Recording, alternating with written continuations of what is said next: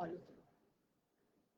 Myself, Dr. Anamika, lecturer, Department of Shalya Tantra in Shri Krishna Government Ayurvedic College, Kurukshetra.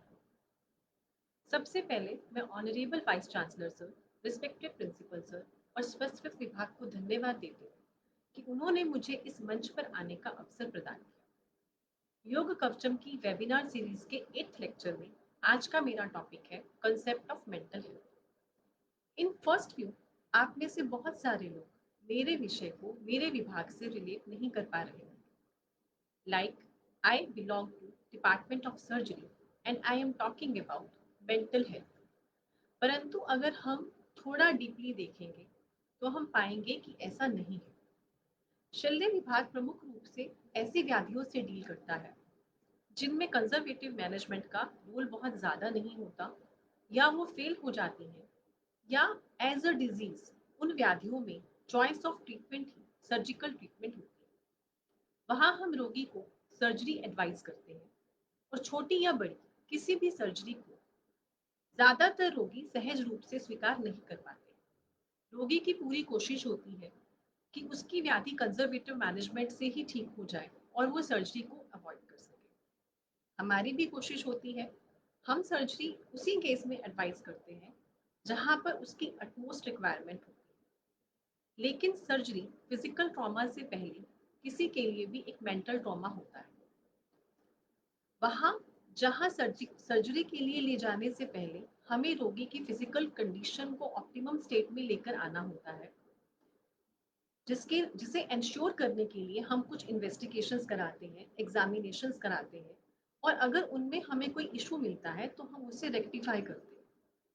Like अगर किसी का HB कम है तो हम एचबी को करेक्ट करते हैं, किसी का बीपी ज़्यादा है, किसी की शुगर ज़्यादा है तो हम उसे करेक्ट करते हैं, किसी के रेस्पिरेटरी सिस्टम, कार्डियक सिस्टम, उसकी किडनीज में अगर हमें कोई इशू मिलता है तो हम उसे रेक्टिफाई करते हैं।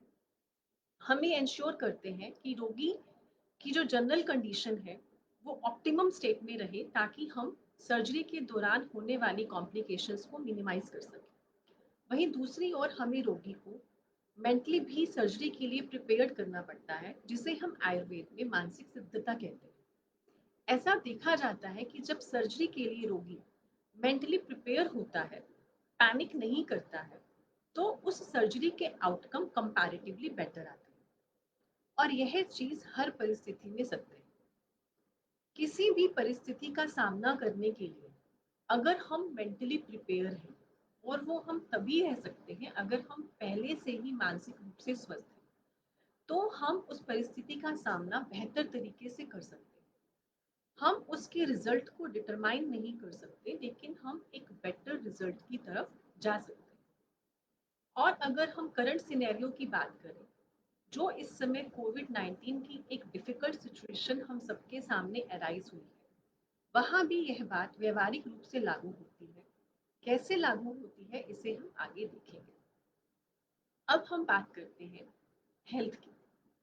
हेल्थ के विषय में आप इसी वेबिनार सीरीज के प्रीवियस लेक्चर्स में विस्तार से जान चुके हैं, सुन चुके हैं, इसलिए हम उसमें विस्तार से नहीं जाएंगे। हम सिर्फ उसकी परिभाषा को देखेंगे और हम फोकस करेंगे हमारे आज के विषय पर, that is concept of mental health. चूंकि मैं आयुर्वेद की विद्यार्थी हूँ तो मैं आयुर्वेद की बात करूंगी। आयुर्वेद में स्वस्थ की संपूर्ण और बहुत सुंदर परिभाषा दी गई। आयुर्वेद कहता है, सम दोषः समाग्निश्चः सम धातु मल क्रिया प्रसन्न आत्मेन्द्रिय मनः स्वस्थ इति अभिधीयते। इस श्लोक की पहली लाइन फिजिकल हेल्थ को सिग्निफाई करती है और सेकेंड लाइन मेंटल हेल्थ को सिग्निफाई करती है। Hence mental health can be defined as प्रसन्न आत्मा, इंद्रिय और मन। प्रसन्न आत्मा, इंद्रिय और मन की जो स्थिति होती है उसे हम मानसिक स्वास्थ्य की स्थिति कहते हैं। आत्मा यानी हमारी सोल, इंद्रियां यानी हमारी ज्ञानेंद्रियां जिनसे हम ज्ञान अर्जन करते हैं, हमारी कर्मेंद्रियां जिनसे हम सभी कार्य करते हैं, और हमारा मन यानी कि हमारा माइंड। किसी भी कार्य को करते समय, किसी भी टारगेट को अचीव करने के प्रोसेस में, किसी भी परिस्थिति में यदि हमारे ये तीनों कंपोनेंट्स प्रसन्न अवस्था में रहते हैं तो हम ये कह सकते हैं कि हम मानसिक रूप से स्वस्थ हैं। स्वस्थ की परिभाषा में इसे इंक्लूड करने का भी एक ही तात्पर्य है कि it is very clear that there is no health without mental. Also, mental health is not just an absence of mental disorder. बहुत से लोग ये कह सकते हैं कि मुझे कोई मानसिक बीमारी नहीं, यानी मेडिकल साइंस की साइकेट्री ब्रांच की बुक्स में जितने डिसऑर्डर्स मेंशन हैं, मुझे ऐसा कोई भी डिसऑर्डर डायग्नोस्ड नहीं है, मतलब मैं मानसिक रूप से स्वस्थ हूँ। परंतु ऐसा नहीं है। यहाँ आचार्यों ने ऐसा नहीं कहा कि यदि आप मानसिक रूप से बीमार नहीं हैं तो आप मानसिक रूप से स्वस्थ हैं।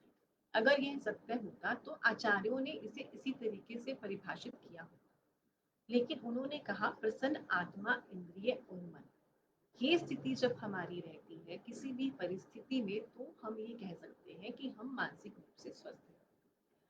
वर्ल्ड हेल्थ ऑर्गेनाइजेशन भी जब मेंटल हेल्थ को परिभाषित करता है तो वो कहता है that mental health is a state of well-being in which an individual realizes his or her own abilities, can cope with the stresses of life. वो डेली के स्ट्रेस को, लाइफ के स्ट्रेस को बहुत इजीली कोप अप कर सकते हैं, can work productively, और वो कोप अप करने के साथ साथ वो प्रोडक्टिवली काम कर सकते हैं, and is able to make a contribution to his or her on community.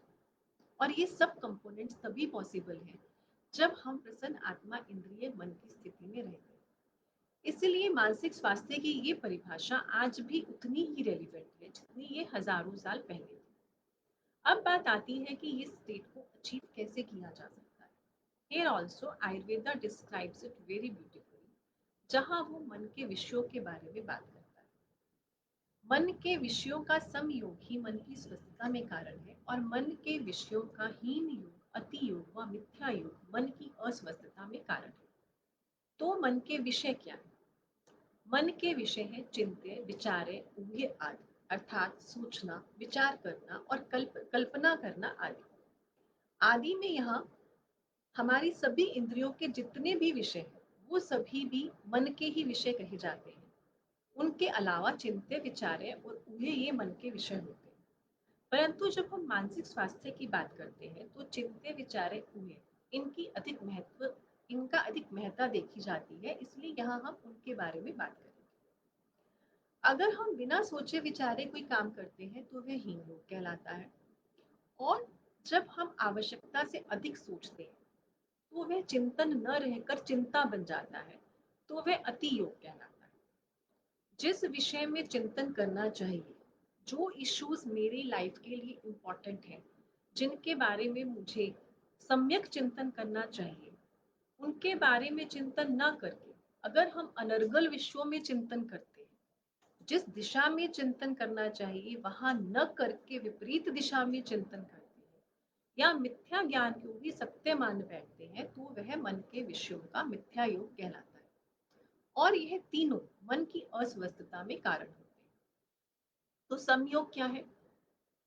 जिस विषय के बारे में सोचना आवश्यक है उसको सोचना, जितना आवश्यक है उतना सोचना, सही दिशा में सोच विचार करना, अष्टांग योग का पालन करना, जैसे यम और नियम जो हमारे यूनिवर्सल कोड ऑफ कंडक्ट है, जिनमें यम सोशल लाइफ के डूज एंड डोंट्स हैं और नियम पर्सनल लाइफ के डूज एंड डोंट्स हैं, तथा अन्य भी जिनके बारे में आप पहले भी इसी वेबिनार सीरीज के एक प्रीवियस लेक्चर में एक व्याख्याता से सुन चुके हैं। उन सबका पालन करना वह मन के विषयों का समयोग कहलाता है, और यही मन की स्वस्थता में कारण होता है। इसके लिए हमें अपने मन को पॉजिटिव डायरेक्शन में चैनलाइज करना सीखना होगा, और वो तभी संभव होगा जब हम हमारे थॉट्स के रिगार्डिंग विजिलेंट होंगे, उन्हें एनालाइज कर पाएंगे और उन्हें डेलिब्रेटली रिप्लेस कर पाएंगे। तभी हम प्रसन्न आत्मेंद्रिय मन की स्थिति को अचीव कर सकते हैं। कुछ लोग ये कह सकते हैं कि ये कहना जितना आसान है उतना करना आसान नहीं, कि जितनी आसानी से हम कह देते हैं कि हमें अपने मन को पॉजिटिव डायरेक्शन में हमेशा चैनलाइज करना चाहिए, उतना आसान ये नहीं होता है। स्पेसिफिकली वो लोग जो इस समय किसी एंजाइटी की स्टेट में, चाहे वो एंजाइटी कोविड-19 के प्रेजेंट सिनेरियो की वजह से है, चाहे वो एंजाइटी उनकी अपनी किसी इलनेस की वजह से है, या वो एंजाइटी उन डिफिकल्ट सिचुएशंस की वजह से है जिन्हें वो अपनी डेली लाइफ में डील कर रहे हैं। तो वो ये कह सकते हैं कि जब मेरी स्थिति सामान्य होगी, जब मैं इस बीमारी से मुक्त हो जाऊंगा, जब मैं स्वस्थ हो जाऊंगा, तब तो मैं फिर भी इजीली अपने मन को पॉजिटिव डायरेक्शन में चैनलाइज कर सकता हूँ। लेकिन अभी इतने विपरीत परिस्थितियों में यह करना उतना आसान नहीं। मान लेते हैं आसान नहीं है, परंतु असंभव भी नहीं, because there is always a first step. और अपनी वेल बीइंग के लिए पहला कदम तो हमें ही उठाना। You can not change your destination overnight, but definitely you can change your direction overnight. इसके लिए हम 5 प्रैक्टिकल टेक्निक्स की हेल्प ले सकते हैं। These 5 practical techniques are: the first one, do something you love. The second one, 5 by 5 rules. The third one, let go of grudges or negative emotions. The fourth one is make someone else happy. That is practice empathy. And the fifth one is tell yourself that you are happy. Now the first one, do something you love. इसे हम current scenario के संदर्भ में समझते हैं। पिछले 2 महीने से हमारे देश में लॉकडाउन था। 4 लॉकडाउन लग चुके हैं। अभी 1 जून से अनलॉक 1 लगा है, परंतु अभी भी बहुत सारी रेस्ट्रिक्शंस हैं। कुछ रेस्ट्रिक्शंस गवर्नमेंट ने हम पर लगाई हैं टू मेक अस सेफ। कुछ रेस्ट्रिक्शंस हमने खुद पर लगानी है टू रिमेन सेफ। कोविड-19 के सिनेरियो से पहले हम सभी सोशली बहुत एक्टिव थे, जो अब हम नहीं रह सकते। और देखा जाए तो कोविड-19 ने हमारी डेली लाइफ के रूटीन को ही चेंज कर दिया है। आज घर से बाहर जाने से पहले, किसी काम को करने से पहले मुझे हमेशा ये ध्यान रखना होता है कि कहीं मैं सेफ्टी मेजर्स को ब्रीच तो नहीं कर रही। ये स्थिति अगर बहुत समय तक बनी रहती है तो ये मेंटल स्ट्रेस को भी लीड कर सकती है। ये नेगेटिविटी को हम पर हावी कर सकती है। बट हमें पैनिक नहीं होना है, हमें कॉशियस रहना है। किसी मोमेंट अगर हमें लगता है कि नेगेटिविटी हम पर हावी होने लगी है या हम मेंटली स्ट्रेस में आ रही हैं, चाहे वो कोई भी सिचुएशन हो, करंट कोविड-19 की सिचुएशन हो या अपनी लाइफ की कोई भी डिफिकल्ट सिचुएशन हो, तो उस समय हमें हमारे फोकस को डाइवर्ट करना है। और इसका सबसे इजीएस्ट मेथड है डू समथिंग यू लव। उस समय आप किसी ऐसे काम को शुरू कीजिए, किसी ऐसे काम में लग जाइए जिसमें आपका मन पूरी तरह रम जाता है और जहां आप अपनी क्रिएटिविटी को यूटिलाइज कर सकते हैं। This can be gardening, music, painting, dancing, singing, cooking, कुछ भी जिसमें आप अपने मन को पूरी तरीके से उस काम में लगा लेते हैं। जब हमारा मन किसी काम में, किसी ऐसे काम में जिसमें हम हमारी क्रिएटिविटी को यूज करते हैं, उसमें पूरी तरीके से इमर्स हो जाता है, तो वह काम हमारे लिए एज अ स्ट्रेस बस्टर काम करता है और हम उससे अपनी स्ट्रेस को, अपनी मेंटल स्ट्रेस को कम कर सकते हैं। The next is 5 by 5 rule. This rule states that if it is not going to matter for you in next 5 years, then don't spend more than 5 minutes in worrying about it. इसे हम एक example से समझते हैं। एक student, वो इस साल हाउस कैप्टन नहीं बन पाया और हाउस कैप्टन नहीं बन पाना उसके लिए मेंटल स्ट्रेस का कारण हो सकता है। But now stop for a while और उससे कहिए कि वो अपने आप से पूछे कि आज हाउस कैप्टन बनना या न बनना क्या मेरे आगे आने वाले 5 सालों को डिटरमाइन करता है। और यदि नहीं करता है तो मुझे उस विषय के बारे में सोचना इमीडिएटली बंद कर देना चाहिए और अपने फोकस को दूसरे इम्पोर्टेंट इश्यूज पर डाइवर्ट करना चाहिए। इवन इफ अगर ऐसा कोई इशू मेरे आगे आने वाले 5 सालों में मेरे लिए मायने रखता है, तो भी मैंने जो ये एक समय लिया इसे एनालाइज करने के लिए कि क्या ये विषय आगे आने वाले 5 सालों में मेरे लिए मायने रखता है, इस समय में मैं स्वयं को उस इशू से डिस्कनेक्ट कर पाती हूँ और अब मैं ज़्यादा रैशनली उसके बारे में सोच सकती हूँ, ज़्यादा रैशनली उस पर काम कर सकती हूँ। तो वहाँ पर भी ये टेक्निक मुझे हेल्प करती है। इसी तरीके से अपने लाइफ के बहुत सारे डिफिकल्ट इश्यूज को हम इस टेक्निक को फॉलो करके मैनेज कर सकते हैं और अपने स्ट्रेस को कम कर सकते हैं और अपनी एनर्जी को पॉजिटिव डायरेक्शन में यूटिलाइज कर सकते हैं। The next one is let go of grudges और नेगेटिव इमोशंस। इमेजिन करें कि मैंने अपने हाथ में एक पानी से भरे ग्लास को स्ट्रेट हैंड में पकड़ा हुआ है। इनिशियली ये मेरे लिए डिफिकल्ट नहीं है, मैं बहुत इजीली इसको होल्ड करके रख सकती हूँ। मैंने इसे इस तरीके से पकड़ना है। Initially it is not going to difficult, but अगर अगले 15 मिनट, आधा घंटा, 1 घंटा या उससे लंबे समय तक मुझे इस ग्लास को पकड़ना पड़ता है या मैं इसे इसी तरीके से पकड़े रहती हूँ, तो definitely it is going to difficult for me. ये मुझे भारी महसूस होने लगेगा। उस ग्लास के वेट में कोई डिफरेंस नहीं आया, लेकिन ये मेरे लिए अब फिजिकल स्ट्रेस का कारण हो रहा है। The same is true with the grudges और द नेगेटिव इमोशंस। अगर मैं किसी भी तरह के नेगेटिव इमोशंस को बहुत लंबे समय तक अपने अंदर पकड़ कर रखती हूँ, तो मैं अपने इंटरनल एनवायरनमेंट को कॉम्प्रोमाइज करती हूँ और वो मेरे लिए मेंटल स्ट्रेस का कारण बनता है। अल्टीमेटली ये मेंटल स्ट्रेस एक्यूमुलेट होकर मेरी बॉडी में फिजिकल इलनेस को क्रिएट कर सकता है।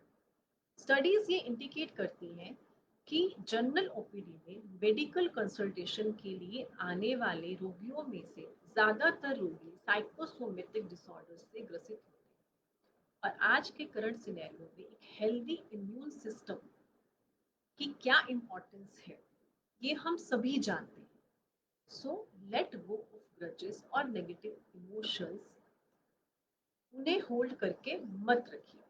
The fourth one is make someone else happy, that is practice empathy. Very practical and very relevant in today's scenario. Empathy और सिंपैथी में अंतर होता है। सिंपैथी होती है जब हम किसी के दुख को देखकर उसके दुख को महसूस करते हैं और उसके दुख में दुखी होते हैं, बट यूजुअली ये यहीं पर एंड हो जाती है। एम्पैथी है जब हम किसी के दुख को देखकर उसके दुख में दुखी होते हैं, उसको महसूस करते हैं, पर अब हम ये भी सोचते हैं कि हम इसके दुख को कैसे दूर कर सकते हैं और उसके दुख को दूर करने के लिए कोशिश करते हैं, उसको उस वे में हेल्प आउट करते हैं, तो वह एम्पैथी होती है। So practice one small act of kindness on regular basis. इसे अपनी जिंदगी का रूल बना लीजिए। धीरे धीरे ये आपकी आदत बन जाएगी और अल्टीमेटली ये हमें उस पॉजिटिव डायरेक्शन में लेके जाएगी, हमारी एनर्जी को उस पॉजिटिव डायरेक्शन में लेके जाएगी कि हमने किसी के लिए कुछ अच्छा किया, हम कर पाए, जो हमें इनर पीस की स्टेट को लीड करेगी, actually which is the true happiness. The fifth one is tell yourself that you are happy. This is also very important. This is called intentional planting. हमारा सबकॉन्शियस माइंड एक garden की तरह है।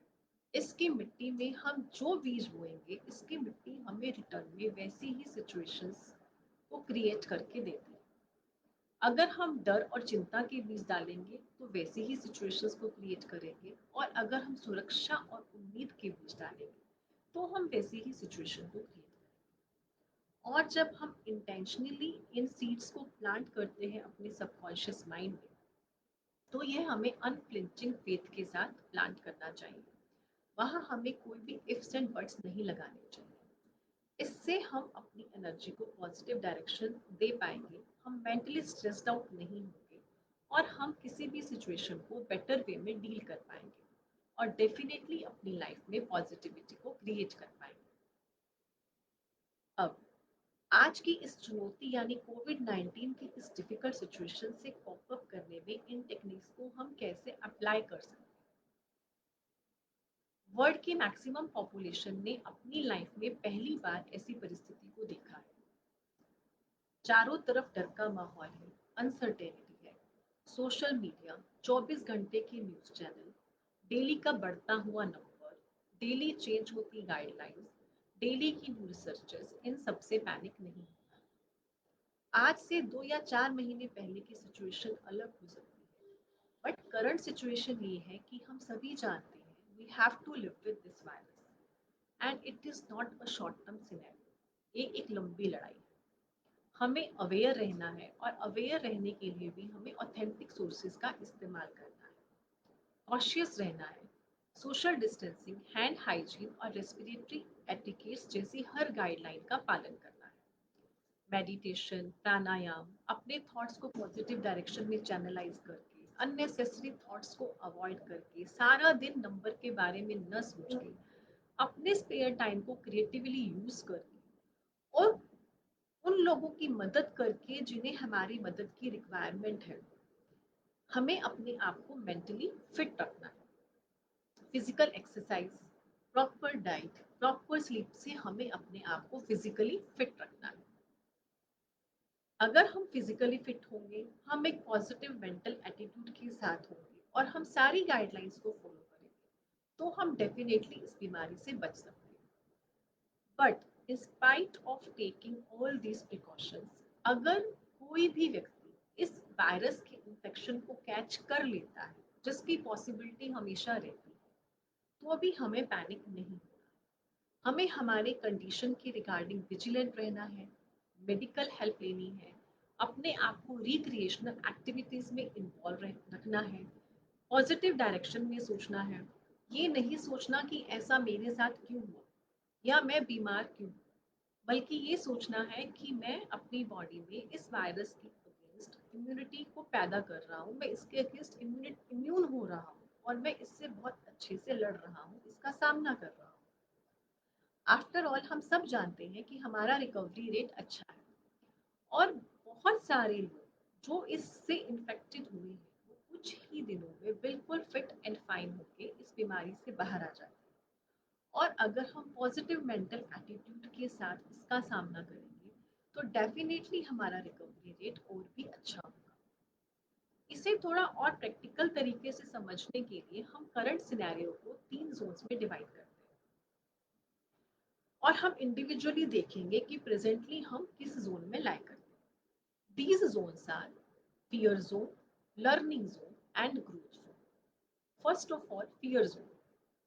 अगर मैं unnecessary medications को, foods को, groceries को अपने पास कलेक्ट करके रख लेती हूँ, आज मैंने न्यूज में सुना कि हाइड्रोक्सी क्लोरोक्वीन कोविड-19 से प्रिवेंट कर सकती है, एज अ प्रोफाइलेक्सिस यूज होती है, बट वो हेल्थ केयर वर्कर्स के लिए एडवाइस्ड है।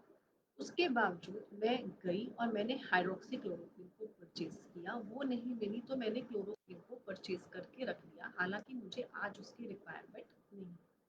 नेक्स्ट डे मैंने सुना कि अश्वगंधा पर रिसर्च चल रही है, वो कोविड-19 में काम कर सकती है, तो मैं गई और मैंने उसको परचेज कर लिया। मैंने अपने पास 4 से 6 महीने का राशन परचेज करके रख लिया, जिसकी मुझे आज की डेट में कोई रिक्वायरमेंट नहीं है, तो मैं स्वयं फियर जोन में आ गई। अगर मैं डर के इमोशंस को स्प्रेड करती हूँ या गुस्से के इमोशंस को स्प्रेड करती हूँ, तो मैं फियर जोन में आ गई। अगर हम सभी मैसेजेस को उनमें फिल्टर लगाए बगैर, उनको इवैल्यूएट किए बगैर आगे 10 लोगों को स्प्रेड कर देते हैं, तो हम फियर जोन में आते हैं। अगर बढ़ते हुए नंबर्स को देखकर हम बहुत जल्दी एंग्शियस हो जाते हैं, परेशान हो जाते हैं, तो हम फियर जोन में आते हैं। Learning zone. अगर मैं यह समझ पाने में सक्षम हूँ कि कुछ चीजें मेरे कंट्रोल से बाहर की, वैक्सीनेशन कब आएगी, मेरा कोई कंट्रोल नहीं है। कोरोना वायरस की डिफिकल्ट सिचुएशन कब खत्म होगी, मैं इसे कंट्रोल नहीं कर सकती। कोई एविडेंस बेस्ड मेडिसिन जो इसमें काम करेगी वो कब आएगी, इसमें मेरा कंट्रोल नहीं है। Being a health care professional, मैं इस फील्ड में काम कर सकती हूँ, इस एस्पेक्ट पे काम कर सकती हूँ और हम कर भी रहे हैं, बट एक आम आदमी के कंट्रोल से बाहर की चीज़ें हैं। और being a health care professional, बहुत सी चीज़ें मेरे कंट्रोल से भी बाहर हैं। अगर हम ये समझ पाते हैं कि ये चीज़ें हमारे कंट्रोल से बाहर की हैं और हम उन विषयों के बारे में नहीं सोचते, रादर हम दूसरे इम्पोर्टेंट विषयों पर अपने फोकस को डाइवर्ट करते हैं, वहाँ काम करते हैं, तो हम लर्निंग जोन में आते हैं। अगर मैं सिचुएशन के लिए अवेयर हूँ और मैं ये सोच पाती हूँ कि मुझे इस सिचुएशन में क्या बेस्ट करना है और मैं वो बेस्ट कर पाती हूँ, लाइक आज हम अवेयर हैं कि हमें इस कोरोना वायरस की सिचुएशन को डील करने के साथ साथ अपने सभी काम करने हैं। हम लॉकडाउन में और ज़्यादा नहीं रह सकते, मैं ये सोच पाती हूँ कि मुझे अब इस सिचुएशन में मुझे अपने वर्क प्लेस को, अपने होम को, अपने घर को कैसे सेफ रखना है सभी काम करते हुए, और मैं वो कर पाती हूँ तो मैं लर्निंग ज़ोन में आती हूँ। अगर किसी भी इन्फॉर्मेशन को स्प्रेड करने से पहले मैं उसे इवैल्यूएट कर लेती हूँ तो मैं लर्निंग ज़ोन में आती हूँ। अगर हम ये समझ पाते हैं कि हर व्यक्ति अपने लेवल पर अपना बेस्ट दे रहा है तो मैं लर्निंग ज़ोन में आती हूँ। ग्रोथ ज़ोन, अगर हम दूसरों के लिए एम्पैथेटिकली बिहेव कर पाते हैं, हम उनकी मदद कर पाते हैं, चाहे वो मदद किसी रिसोर्सेज की हो या हमारे किसी टैलेंट या नॉलेज की हेल्प से हम उनकी किसी भी तरह की मदद कर पाते हैं और करते हैं, तो हम ग्रोथ जोन में आते हैं। अगर हम उन लोगों के लिए थैंकफुल होते हैं जो हमें सेफ रखने के लिए दिन रात लगे हुए हैं और हम उन्हें अप्रिशिएट कर पाते हैं, तो हम ग्रोथ जोन में आते हैं। अगर मैं अपनी इमोशनल स्टेट को हैप्पी, पीस, काम इस स्टेट में मेंटेन कर पाती हूँ और मैं दूसरों को उम्मीद दे पाती हूँ तो मैं ग्रोथ जोन में आती हूँ। अगर मैं नेसेसरी चेंजेस को अपनी लाइफ में बहुत इजीली अडेप्ट कर लेती हूँ, बर्डन समझे बगैर उन्हें अपनी रिस्पॉन्सिबिलिटी मानकर, तो मैं ग्रोथ जोन में आती हूँ। Now it is very clear कि हमें किस जोन में रहना है और वहाँ हमें किस वहाँ हम कैसे रह सकते हैं, और किसी भी परिस्थिति का बेहतर तरीके से सामना करने के लिए मानसिक रूप से स्वस्थ रहना कितना आवश्यक है और उसके लिए भी हमें क्या करना है। होपिंग कि हम सभी मानसिक रूप से स्वस्थ रहते हुए ग्रोथ जोन में लाए करते हुए इस परिस्थिति का सामना करेंगे और इस परिस्थिति से एज अ विनर बाहर आएंगे। मैं अपने आज के लेक्चर को पूर्ण विराम देती हूँ। नमस्ते and thanks to all of